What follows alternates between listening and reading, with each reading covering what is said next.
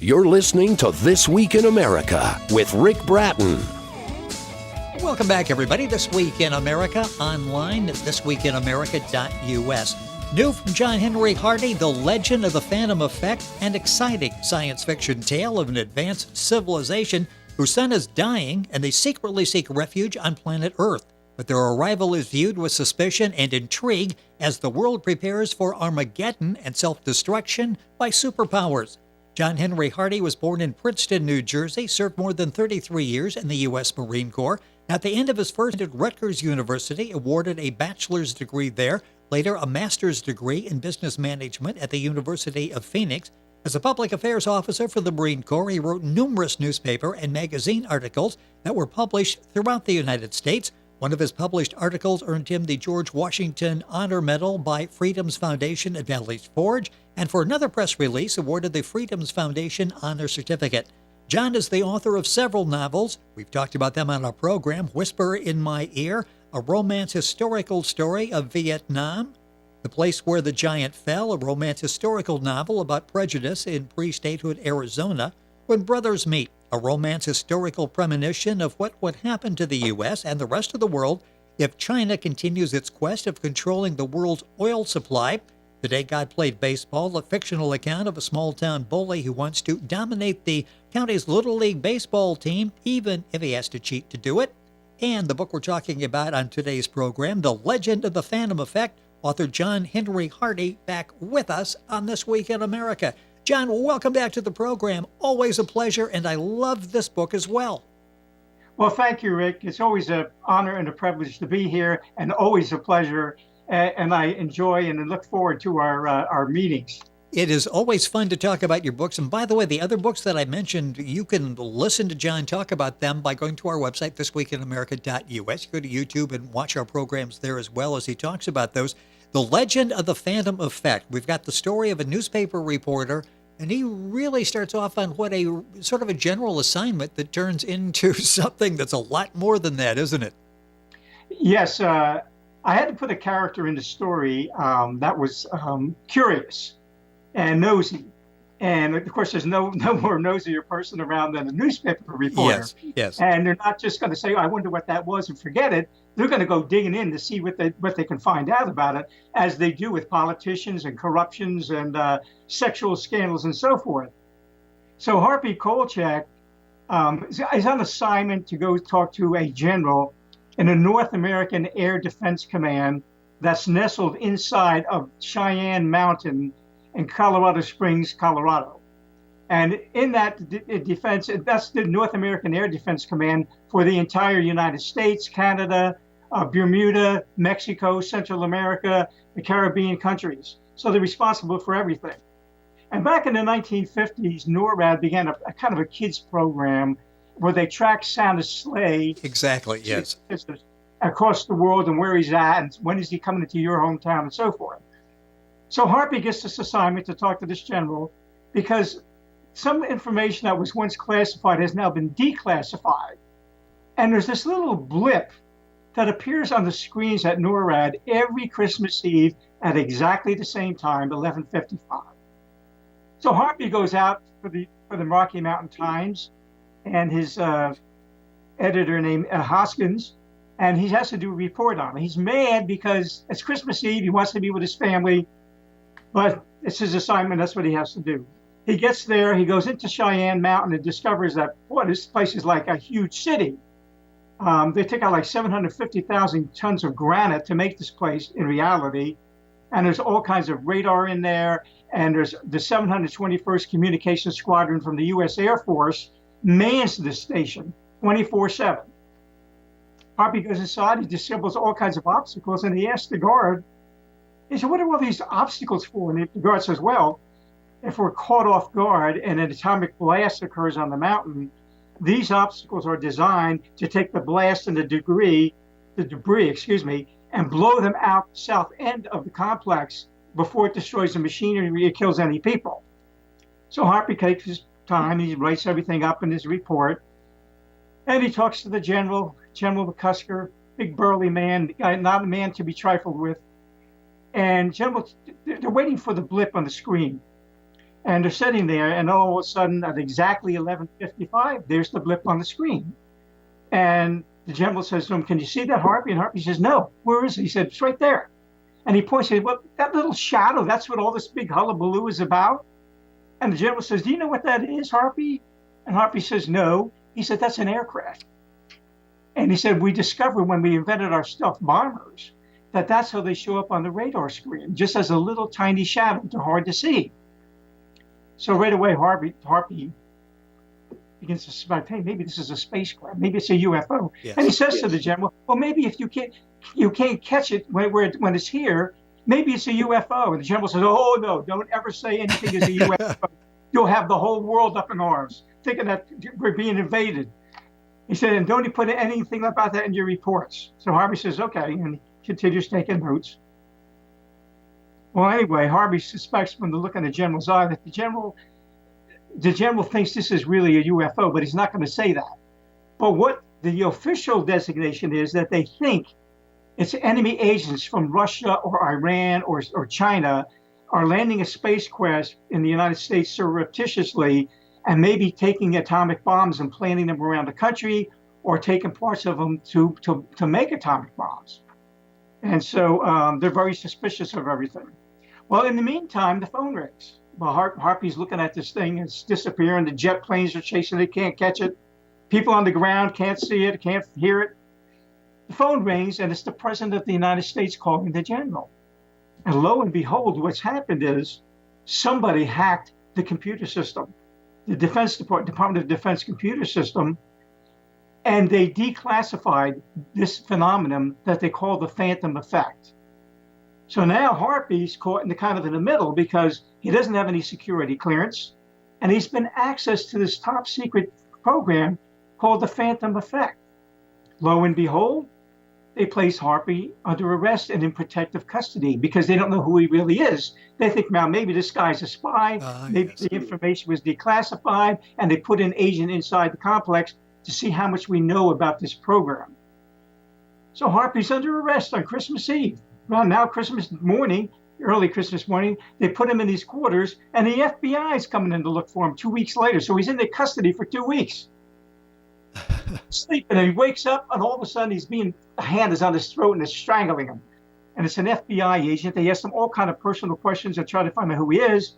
They asked him his age, where his ancestors came from, what his wife's name is, how did he get that tattoo on his shoulder. And Harpie's got the answers to it, but so they begin easing up, and they begin to, well, maybe he is legitimate. Well, anyway, it turns out that, since he doesn't have a security clearance, they got to do two things to him. The FBI calls the president's office and the president, whose name is Holly Jameson at this point, and she says, well, I'll give him two choices. He can either go to a secluded location until we resolve this mystery of the phantom effect, which means he could be gone for years and years, or he can enlist in the Air Force with no pay as a airman basic and no accretion of retirement credits.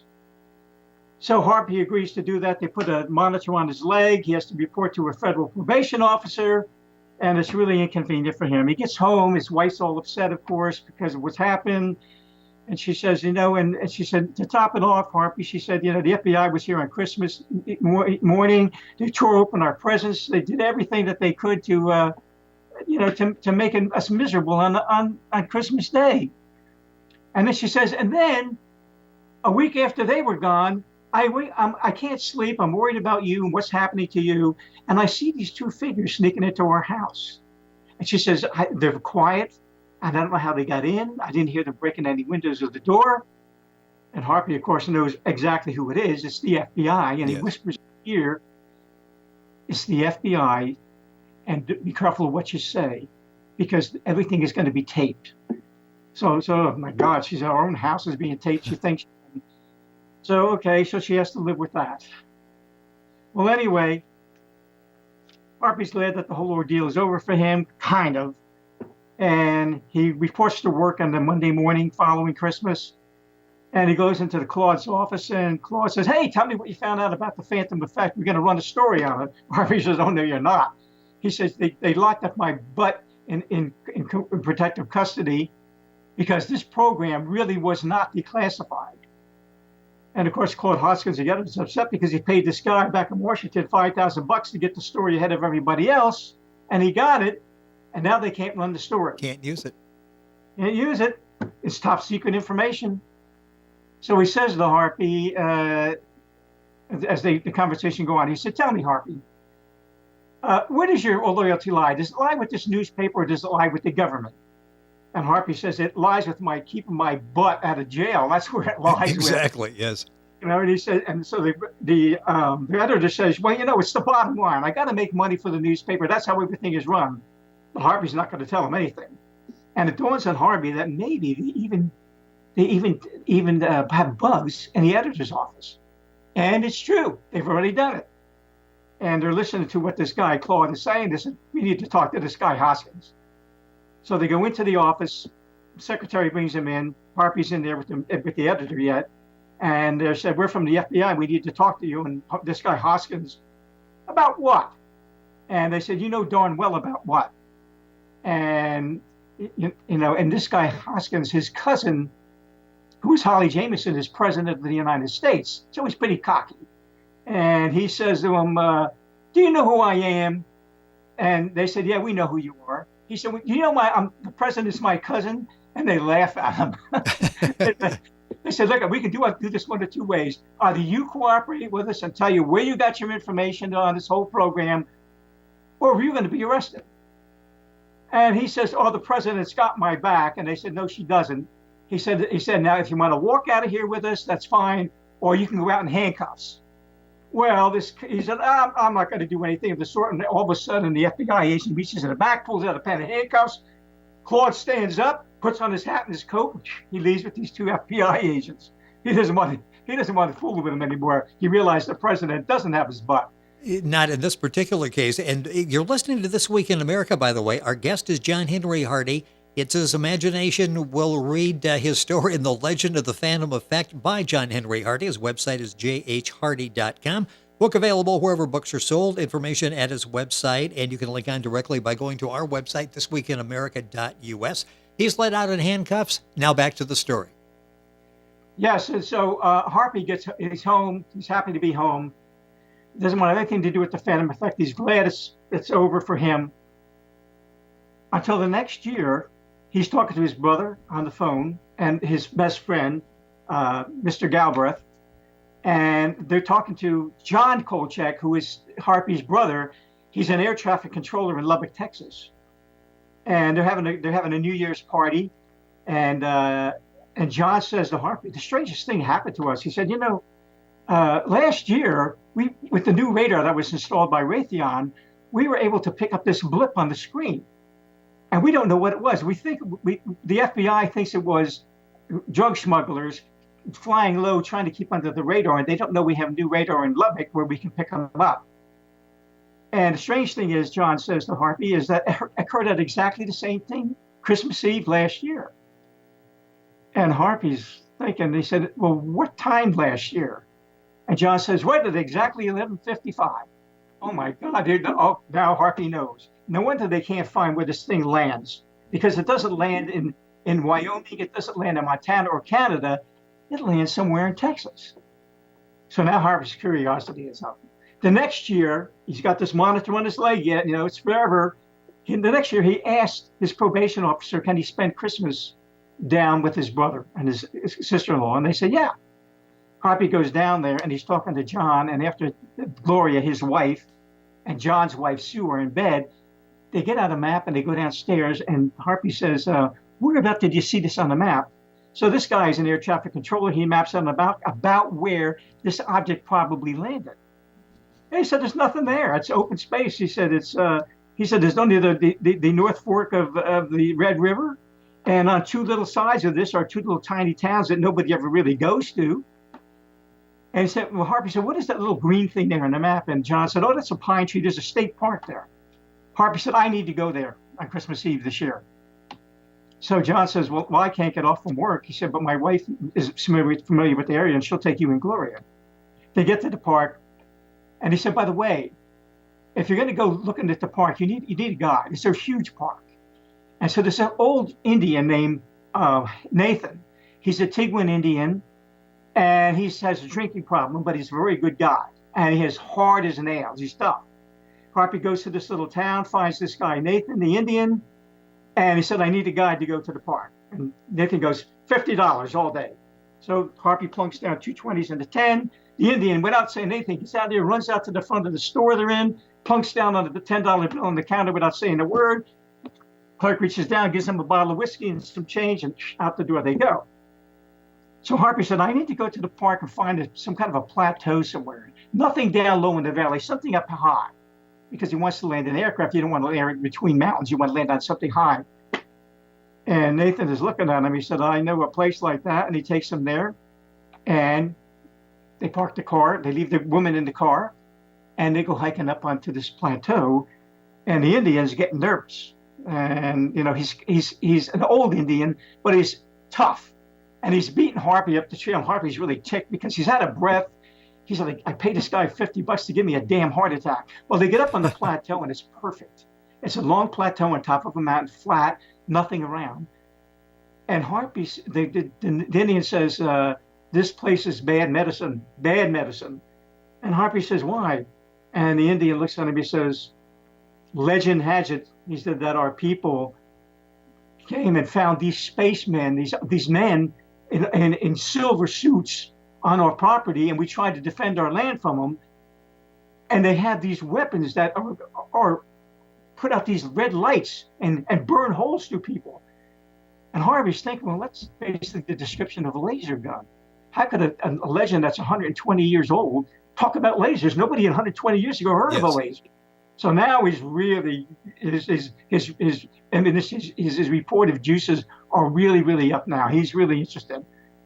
So they go back down the mountain. The Indians glad to get off of there. They go back home, and Harpy says, I'm going to go back up there on Christmas Eve, and I'm going to find out if this is the landing spot for that blip we see on the radar that the radar men jokingly call Santa's ghost or Santa's sleigh, because it happens every Christmas Eve. So Harpy goes back up on Christmas Eve.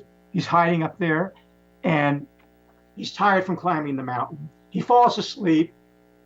And he wakes up and the wolves are howling. He hears these wolves howling, and he jumps out of his sleep, scared, because wolves can be pretty dangerous, especially when they're in a pack.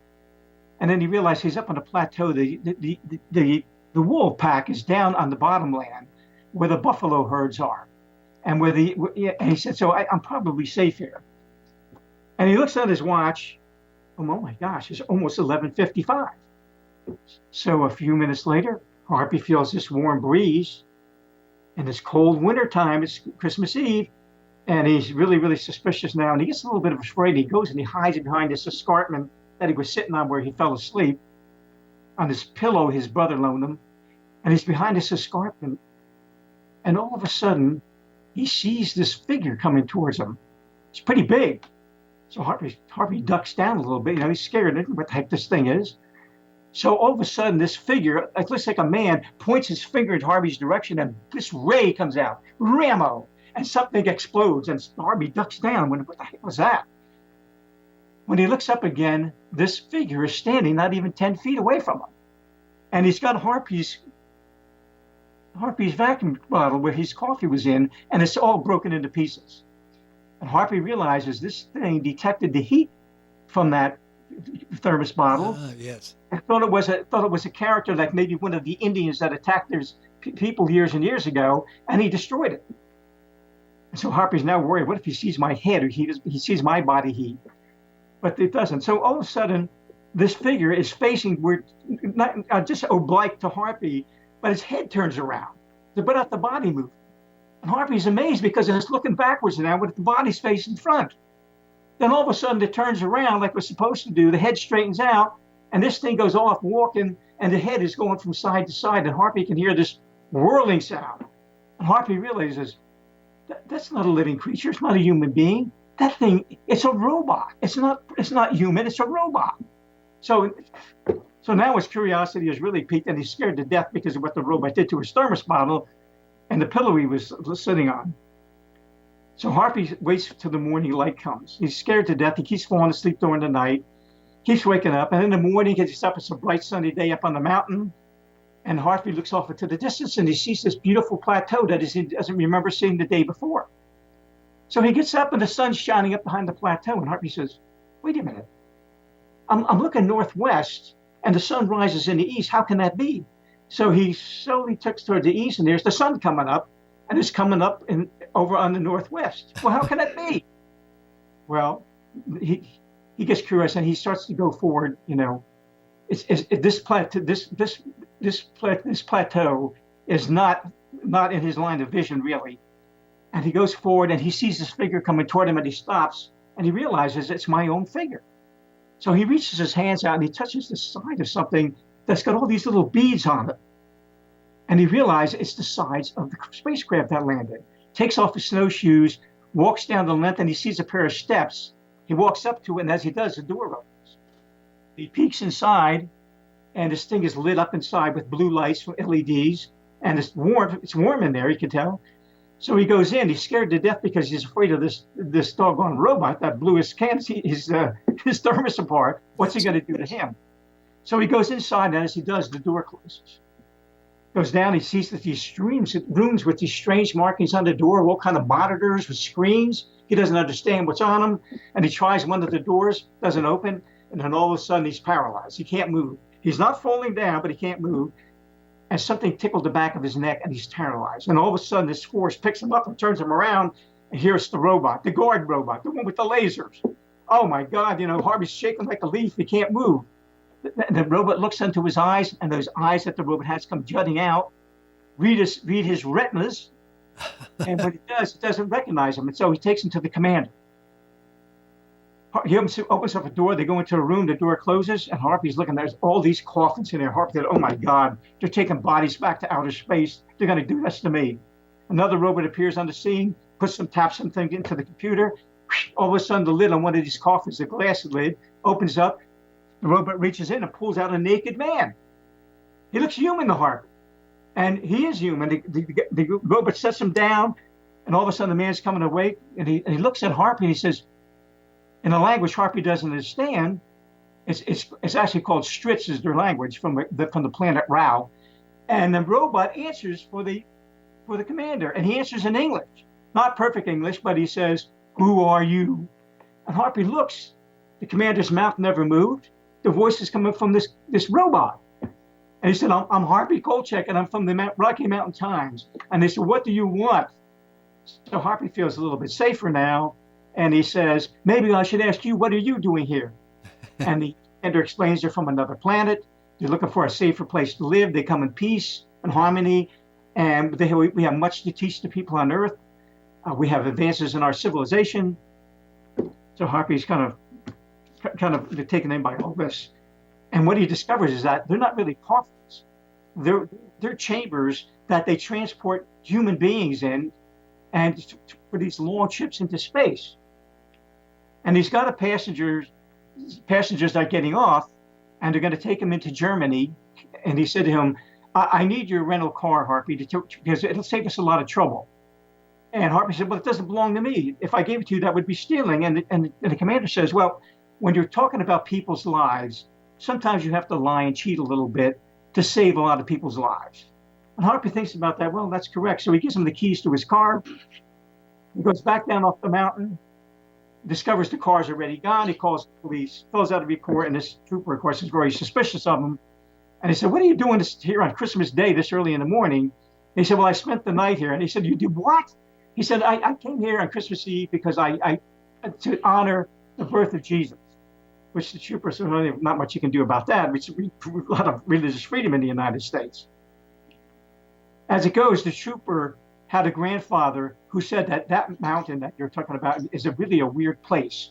He said there's a TWIA Indian legend about it, and I half believe it. And the grandfather tells, of course, the trooper's father and the grandfather. And so the trooper now is a little bit leery. So he goes up on the mountain to prove that what Harpie said was true about his canteen being blown apart. But Harpie doesn't tell him about any spacemen because the trooper thinks he's a little nuts. Yes. Yes. And so the trooper looks around and he realizes that the thermos has been blown apart. And he says, this place is giving me the creeps. Let's get the hell out of here. So he takes Harpie down off the mountain. He puts him in his patrol car. He takes him down to Plainview, Texas, to headquarters, and he calls his brother to come and pick him up. In the meantime, the trooper gives him a business card and says, I'm kind of interested in all this. If you find out anything else about it, call me. And he gives him his business card, which Harpie puts in his wallet and forgets about. Well, Harpie finally gets down to back home with his brother, with his son, with his brother and his wife.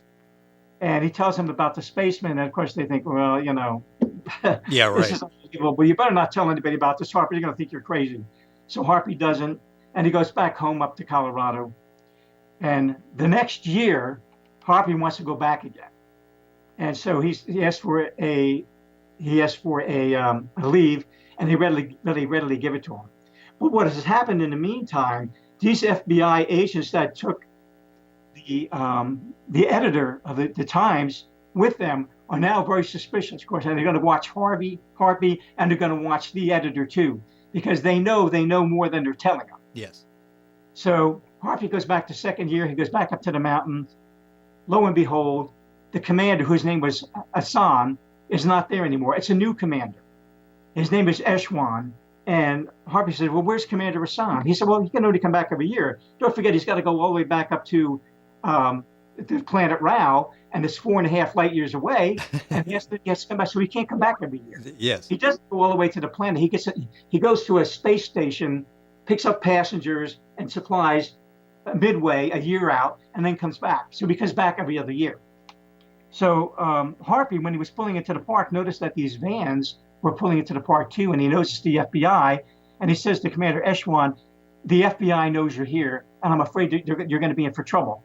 And so immediately, Eshwan says something to his head, the robot reads his thoughts, and all of a sudden the spacecraft takes off. And Harpie's panic-stricken. He doesn't want to go with the spacecraft. He runs toward the door. Of course, it's closed.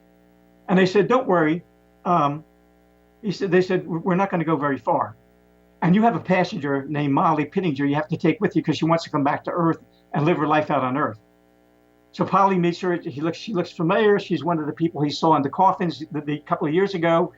And so now she's coming back, and he's going to take her over to Plainview so she can get a bus and catch an airplane and go to New York, where she wants to live. So now the FBI had their van stolen by Eshwan. They need the van to transport people around on Earth. They don't use these ancient fossil fuel vehicles anymore. Their vehicles ride on the cushion of air. And so they need these ancient vehicles for Earth.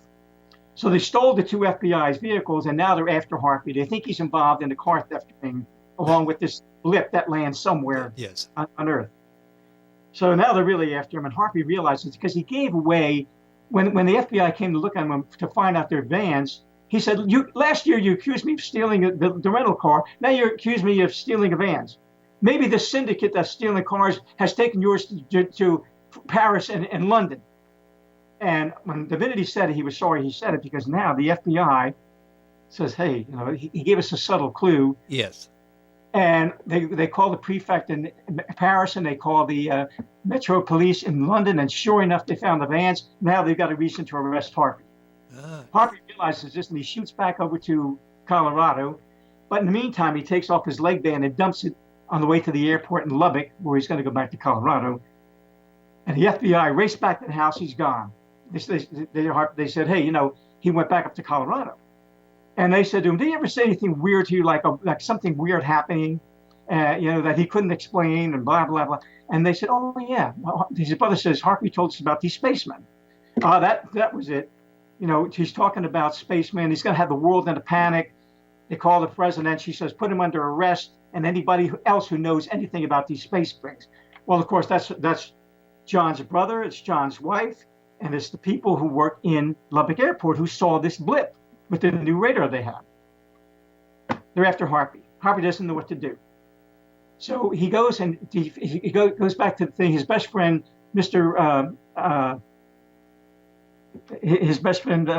Harvey, takes him up and he says, look, you need a place to hide because the FBI is going to be after you, especially since you took your leg band off.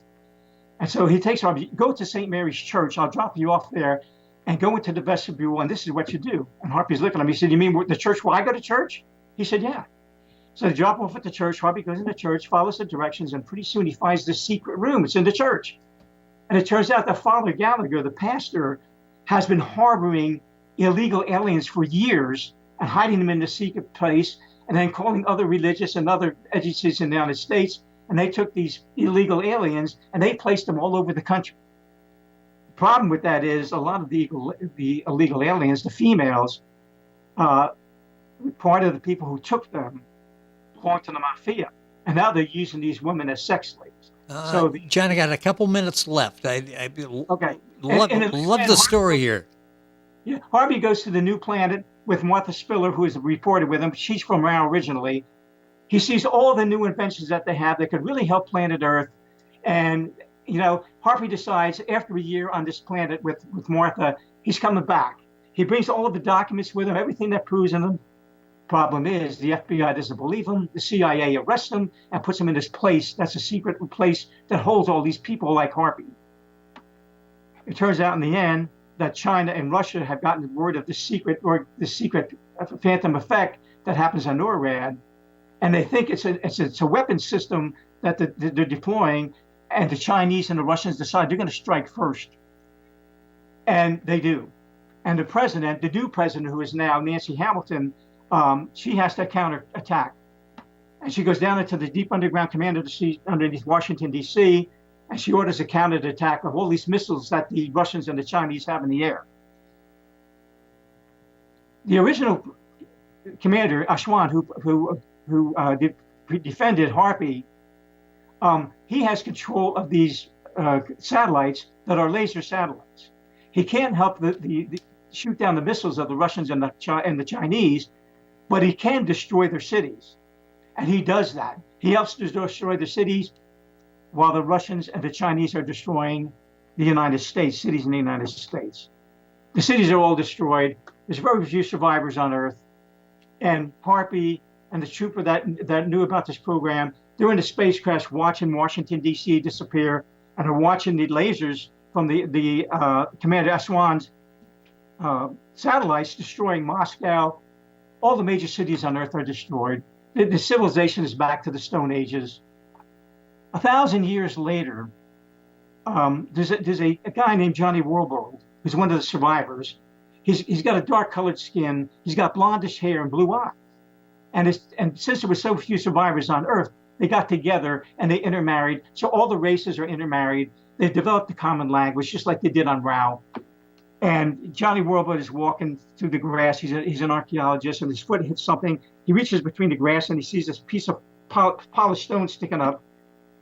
And he can't pull it up, so he gets a team, and together they dig this thing out and find out it's some kind of a monument.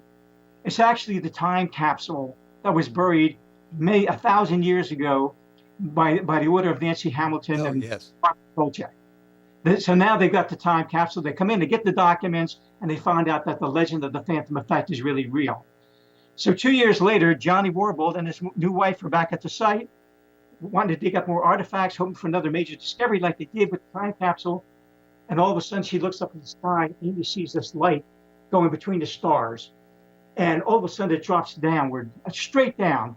And they remember the legend of the Phantom Effect. That's how the spacecraft came.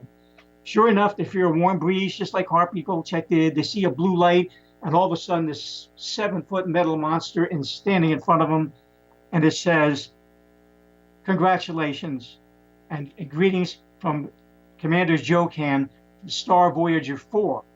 The original was Star Voyager 1. This is now Star Voyager 4. So Johnny Warbold asked him, "How did you know we were here?"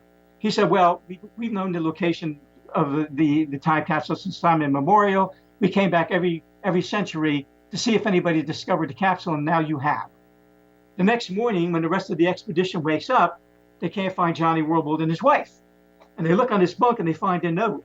And it says, "Dear fellow workers, Amy and I are off to an adventure with Commander Joe Can on Star Voyager 4 to the new planet that the people called the Die have discovered. It's called Juno. It's 5 light years away. Amy and I are going to go up there. We're going to get the latest developments in medicine and farming and social mores, and we're going to be bringing them back to Earth so that Earth can get all these new medicines that'll cure a lot of the diseases. And it'll be a much better place to live. And I said, don't worry, we'll be back in about 11 years, 5 years to go up and 5 years to come back. He said, and then we'll bring all these bits with us. In the meantime, keep the legend of the Phantom Effect alive. Love, Johnny and Amy Warble. And that's where the story ends. I love to spend a little time in your mind. It is such a fertile place to be with all these great stories. This one, The Legend of the Phantom Effect by John Henry Hardy. The other books I mentioned are all available at his website, which is jhhardy.com. If you go to our website, thisweekinamerica.us, you'll be able to link on and go directly to all of John's books. John, as always, a pleasure. What a great story. I see this being made into a motion picture at some point. It's got all of the elements there. Thank you once again for being with us on the program. Rick, thank you so very much for having me. It's always been a pleasure, and I'm certainly looking forward to someday being back on your program again. Would love to do that. You just keep writing the books. We'll keep talking about them and presenting the stories here on the program. It has been a pleasure. The book today, John's book, The Legend of the Phantom Effect by John Henry Hardy. His website, jhhardy.com. Link on directly by going to our website, thisweekinamerica.us. And we're back on today's program after these messages.